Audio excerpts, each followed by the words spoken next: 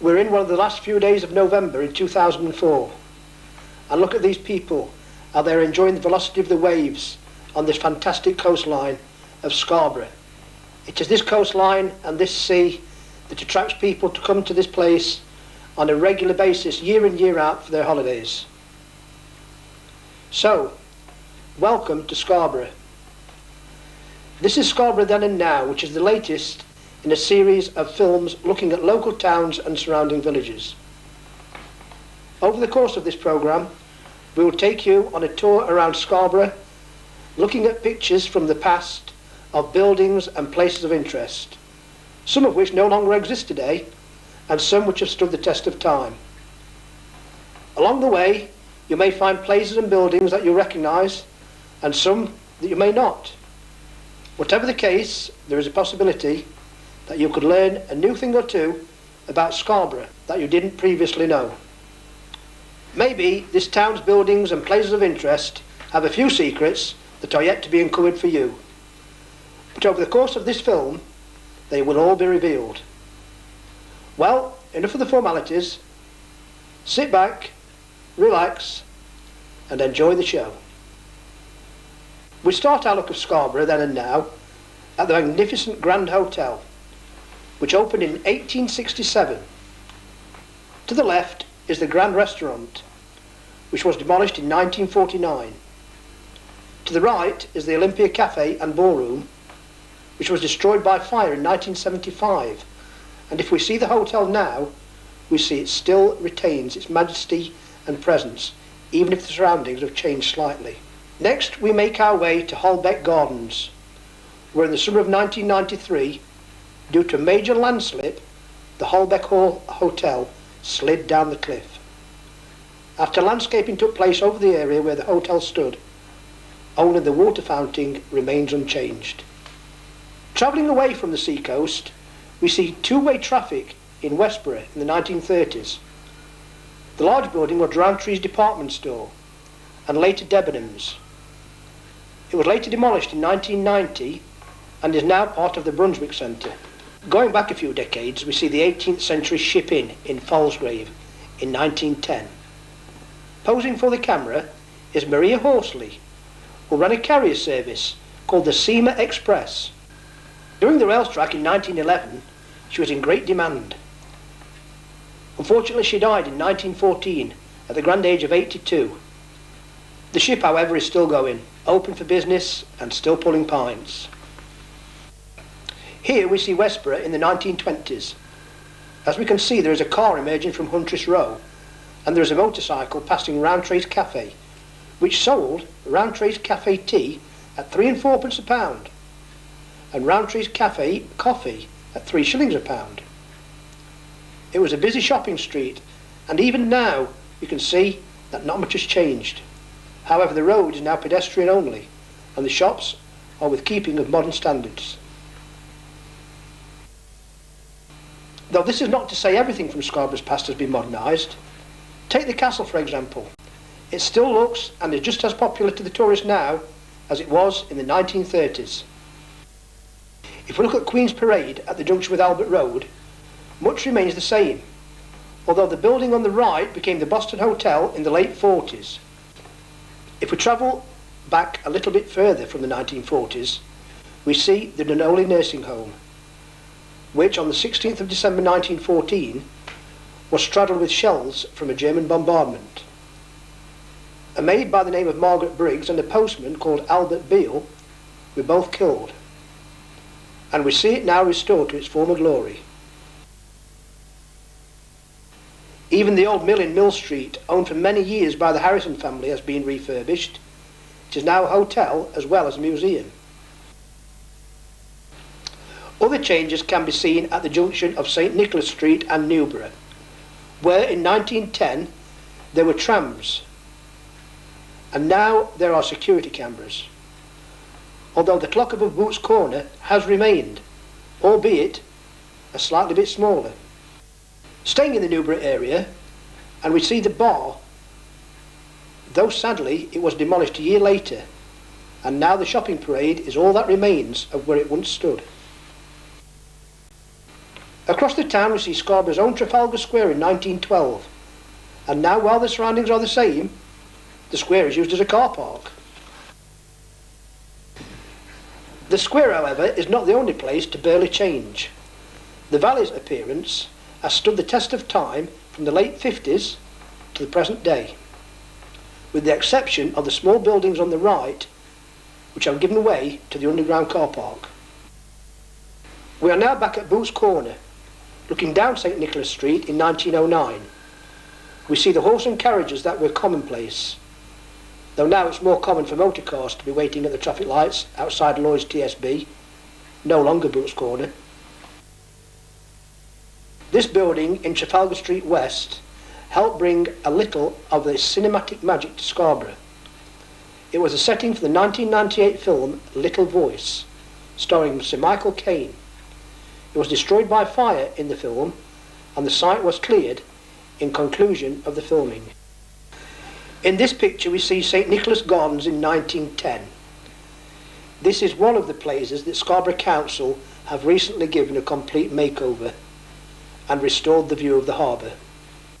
The Ashley Spa boarding establishment in 1908, which has now changed to the Palm Court Hotel, which has had a car park added next to it for all its customers, though the main structure still retains its original look and standing.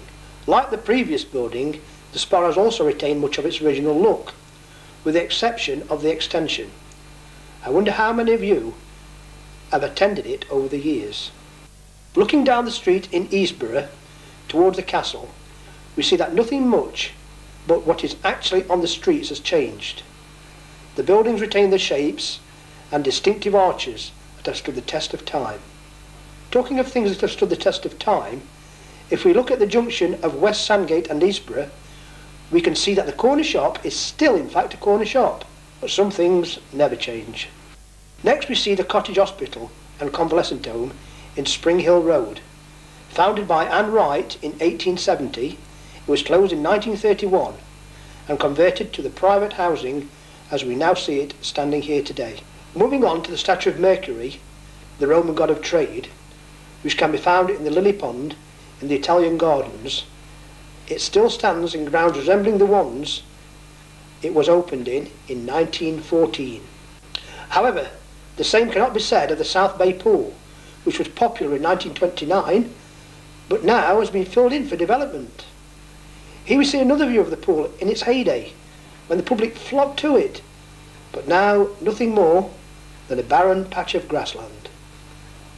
Still educating the young people of Scarborough since its opening is Scarborough College, seen here in 1908, and nowadays supporting a few minor changes to the building's appearance. This picture shows us the workers building the railway bridge over Valley Road, which carried the York to Scarborough line in 1845 and still does so today. From the beach we see another view of Bland's Cliff, and again it is only what people are wearing that seems to have changed. A view of North Marine Road in about 1905, and even now the shop on the left still remains, although renamed as Ray's Newsagents. The centrepiece of any town is its church, and here we see Church Stair Street in 1910, though the houses on the right were demolished in the late 1920s. Clarence Gardens were named after the Duke of Clarence. He was the eldest son of King Edward VII, who opened the Marine Drive in 1890. The North Bay Pier was washed away in a heavy storm on the 7th of January 1905. Due to subsidence in the early 20s, the gardens were cleared and landscaped. Here we see the entrance of Marine Drive, which was started in 1897 and opened to traffic, and a toll introduced in 1908. There is a turnstile in the archway for pedestrians to pay their toll. With the convent of the Ladies of Mary standing in the background, young ladies pose for the camera before their tennis match. The tennis court site is now occupied by a large block of flats. The Southcliffe Tramway was built in 1875 and has this notice reading, "The Southcliffe Tramway, the direct route to the South Cliff, hotels, markets, baths, Esplanade, Oliver's Mount and Falsgrave. The nearest way to the park and railway station. Fare, 1 penny. Though on showing a railway ticket, you went free. Nowadays, however, the tram is looking slightly derelict and unused. Since this picture in 1910, the Esplanade has barely changed its appearance, still looking as grand and beautiful as the day it was built. However, the Kingscliff holiday camp seen here in the 1920s, which was situated in the area from King Street to the back of the Futurist, has changed quite considerably. The Southcliff Bowling Club, probably at its opening day in April 1909, and still going strong today, painting a different picture of Westborough in 1902 with the horse and carriages. The modern view is more pedestrianised. Taking another look at Westborough a few years later in 1905, and trams and early motor cars have replaced the horse and carriages. Though modern Westborough is pedestrian, it still retains most of the previous buildings while adding a few new ones. Talking of early motor cars, we see West Pier in 1896, at a time when the motor car had just been invented. The King Richard III house, seen in 1918. It was built in 1350 and so named because of its tenuous connection with said monarch. It still retains its original look, albeit with a few extra features. Here we see the Golden Ball in Sandside in 1890. And here, this is how it looks today. And though it has to be said that the renovations to the front seem to be trying to make the public even older, although it still retains its building shape. The view from the Cliff Bridge has changed quite a bit from this one which was taken in 1896.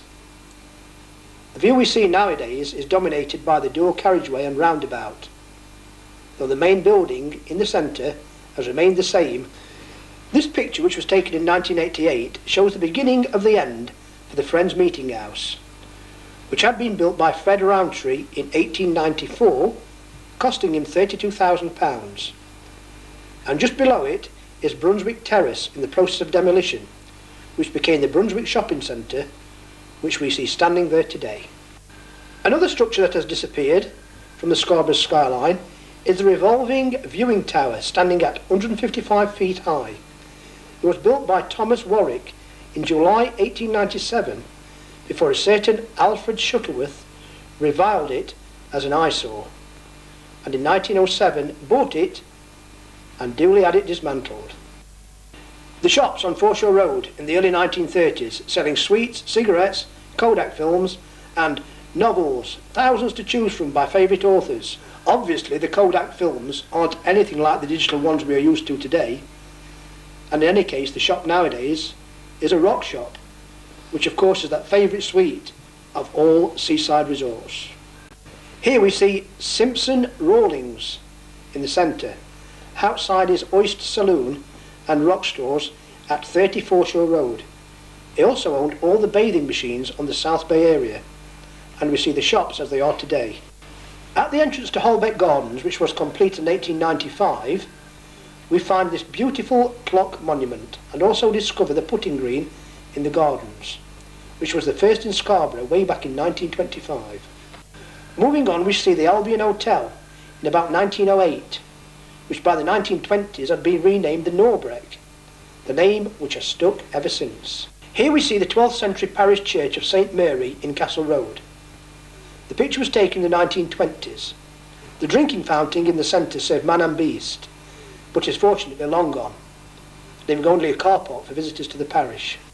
On North Marine Road, 1896, we find R. Jewisons, who were merchants for such goods as hay, straw, corn, flour, chop and potatoes. They also arranged trips to such places as Filey, Forge Valley, Hackness and Hayburn Wyke, to name quite a few. Mike Kent, the current proprietor, started his car and van sales rental business here in 1989. From 1918 to the present, the Alexandra Gardens bowling greens are as green today as they were the day they were laid down. In this picture we see the former site of Gallows Close Railway Goods Station and sidings being cleared for preparation for the building of the Safeway supermarket in 1994. The tunnel from the Falsgrave branch line can just be seen right of the centre. St Mary's Church in 1910, with a notice on the railings reading, "Service for men only in the parish church on Sunday next, 2:30. Will you come?" Addressed by Archdeacon Lindsay. Subject, sisters-in-law. I'm sure that's something that's no longer discussed in the parish.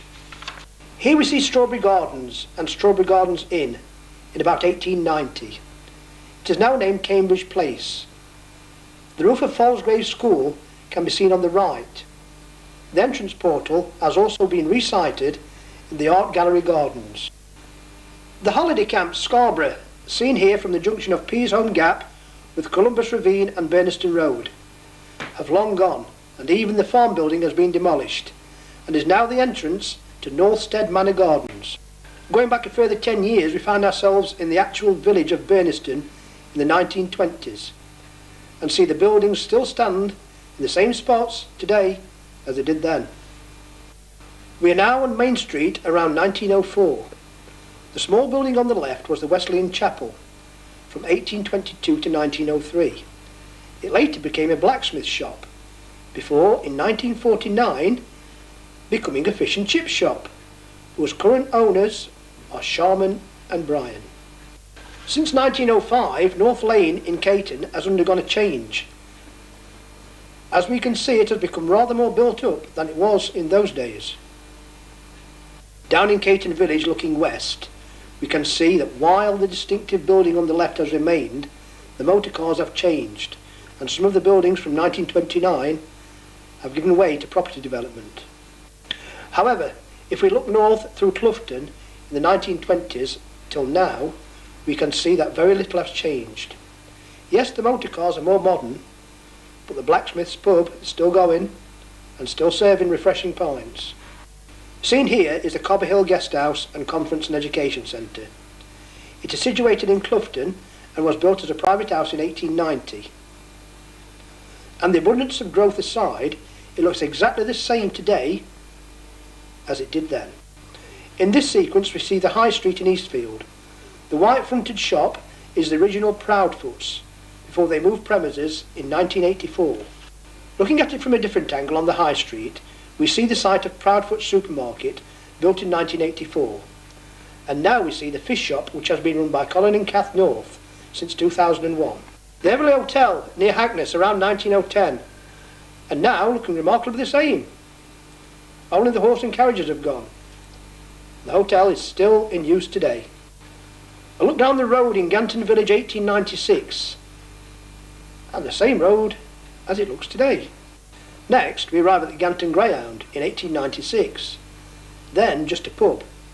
Now, not only a pub, but also a hotel, and looking as beautiful as ever. Standing majestically, the Hackness Church has lost none of its grandeur since this picture was taken in 1905. The Haven Wyke near Cloughton, seen here in the 1930s, a popular spot with the locals, and how little has changed over the past 70 odd years. Just as popular today as it was then. In this picture we see Scarborough Village in the early 1900s, at the junction of High Street and North Street. The Yew Tree Cafe currently occupies the corner building. Since 1905, Scarborough High Street has hardly changed. The tarred road aside, the cosiness of countryside life still remains intact. Since the 1920s, the Scarborough Mills Hotel has undergone major redevelopment, with only the two main buildings remaining intact and still in use. The Crystal Garage on Main Street, seen here, closed. It was demolished in 1994 to make way for new homes to be built. Of course, these homes still stand there today. West Ayton in 1904. The old mill we see was built around 1800. However, after a dam was built upstream, the water level was reduced to a level which made the water wheel inoperable. Electricity was installed, and the mill latterly produced animal feed. Today, though, it is now used mainly as a storehouse. That brings us to the end of our first volume of Scarborough Then and Now, which we hope you enjoyed watching. So please don't forget Look out for Scarborough Then and Now Volume 2, which will be coming soon in the new year, and we look forward to entertaining you again soon. Goodbye, and thank you.